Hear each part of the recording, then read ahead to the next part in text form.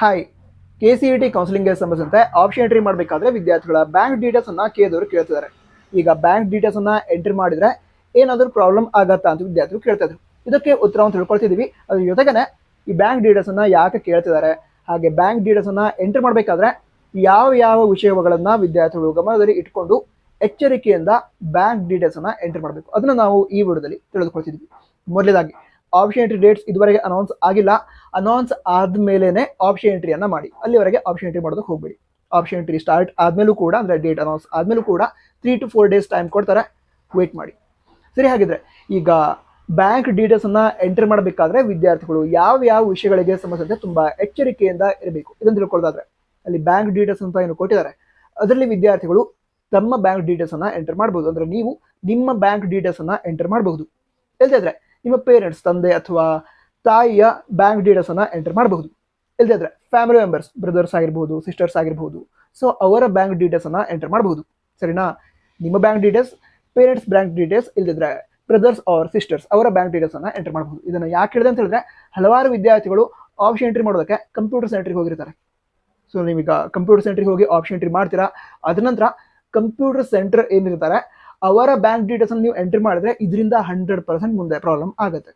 ಅದಕ್ಕೋಸ್ಕರ ಹೇಳಿದೆ, ನಿಮ್ಮ ಫ್ಯಾಮಿಲಿ ಮೆಂಬರ್ಸ್ ಇಲ್ದಿದ್ರೆ ನಿಮ್ಮ ಬ್ಯಾಂಕ್ ಡೀಟೇಲ್ಸ್ ಅನ್ನ ಎಂಟರ್ ಮಾಡಿ.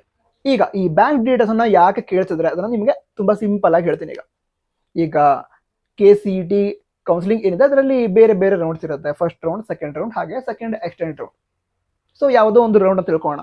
ಒಂದು ರೌಂಡ್ ಅಲ್ಲಿ ನಿಮಗೆ ಯಾವುದೋ ಒಂದು ಕಾಲೇಜ್ ಅಲಾಟ್ ಆಯ್ತು, ಅದರ ಫೀಸ್ ಜಾಸ್ತಿ ಇದೆ. ಬಟ್ ನೀವೀಗೇನ್ ಮಾಡ್ತೀರಾ, ನೆಕ್ಸ್ಟ್ ರೌಂಡ್ ಅಲ್ಲಿ ಮತ್ತೂ ಒಳ್ಳೆ ಕಾಲೇಜ್ ಸಿಗತ್ತೆ ಅಂತ ಚೆಕ್ ಮಾಡೋದಕ್ಕೆ ನೆಕ್ಸ್ಟ್ ರೌಂಡ್ಗೆ ಹೋಗ್ತೀರಾ. ಈಗ ನೆಕ್ಸ್ಟ್ ರೌಂಡ್ ಅಲ್ಲಿ ಮತ್ತೊಂದು ಕಾಲೇಜ್ ಅಲಾಟ್ ಆಯ್ತು, ಅದರ ಫೀಸ್ ಏನಿದೆ ಫಸ್ಟ್ ರೌಂಡ್ ಅಲ್ಲಿ ಸಿಕ್ಕಿರುವಂತಹ ಕಾಲೇಜ್ ಫೀಸ್ಗಿಂತ ಕಡಿಮೆ ಇದೆ. ಈಗ ಎಕ್ಸಾಂಪಲ್ಗೆ ನಿಮಗೆ ಮೊದಲು ಸಿಕ್ಕಿರುವಂತಹ ರೌಂಡ್ ನಲ್ಲಿ ಕಾಲೇಜ್ ಫೀಸ್ ಏನಿದೆ ಅದು 1 lakh ಇದೆ ಅಂತ ಅಂದ್ಕೊಳ್ಳೋಣ.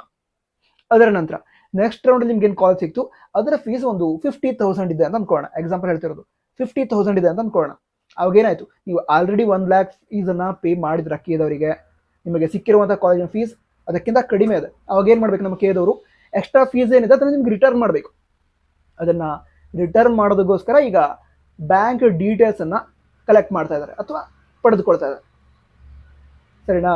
ಸೊ ಈ ರೀತಿ ಆದಾಗ ಈಗ ಅಕಸ್ಮಾತ್ ನಿಮಗೆ ಮೊದಲು ಸಿಕ್ಕಿರುವಂತಹ ರೌಂಡ್ ನಲ್ಲಿ ಕಾಲೇಜ್ ಫೀಸ್ ಜಾಸ್ತಿ ಇದೆ, ನೆಕ್ಸ್ಟ್ ರೌಂಡ್ ಅಲ್ಲಿ ನಿಮ್ಗೆ ಸಿಕ್ಕಿರುವಂತಹ ಕಾಲೇಜ್ ಫೀಸ್ ಕಡಿಮೆ ಇದೆ ಮತ್ತು ಒಳ್ಳೆ ಕಾಲೇಜ್ ಕೂಡ ಸಿಕ್ತು, ಫೀಸ್ ಕೂಡ ಕಡಿಮೆ ಇದೆ ಅಂತ ಸಂದರ್ಭದಲ್ಲಿ ಆ ಎಕ್ಸ್ಟ್ರಾ ಫೀಸ್ ಅನ್ನ ನಿಮ್ಮ ಅಕೌಂಟ್ಗೆ ರಿಟರ್ನ್ ಮಾಡ್ತಾರೆ. ಅದಕ್ಕೋಸ್ಕರ ಬ್ಯಾಂಕ್ ಡೀಟೇಲ್ಸ್ ಅನ್ನ ಕೇಳ್ತಾ ಇದ್ದಾರೆ. ಸೊ ನೀವು ಬ್ಯಾಂಕ್ ಡೀಟೇಲ್ಸ್ ಅನ್ನ ಎಂಟರ್ ಮಾಡಿದ್ರೆ ಏನು ಪ್ರಾಬ್ಲಮ್ ಆಗಲ್ಲ. ಆದ್ರೆ ನೀವು ನಿಮ್ಮ ಫ್ಯಾಮಿಲಿ ಮೆಂಬರ್ಸ್ ಅಥವಾ ನಿಮ್ಮ ಬ್ಯಾಂಕ್ ಡೀಟೇಲ್ಸ್ ಅನ್ನ ಅಷ್ಟೇ ಎಂಟರ್ ಮಾಡಬೇಕು.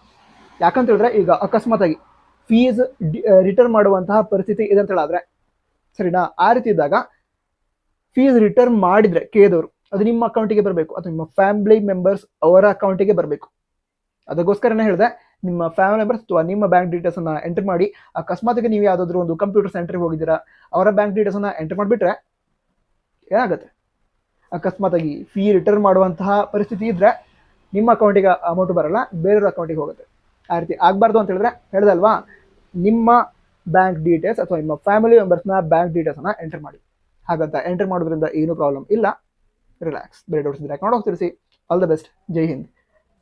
ವಂದೇ ಮಾತರಂ.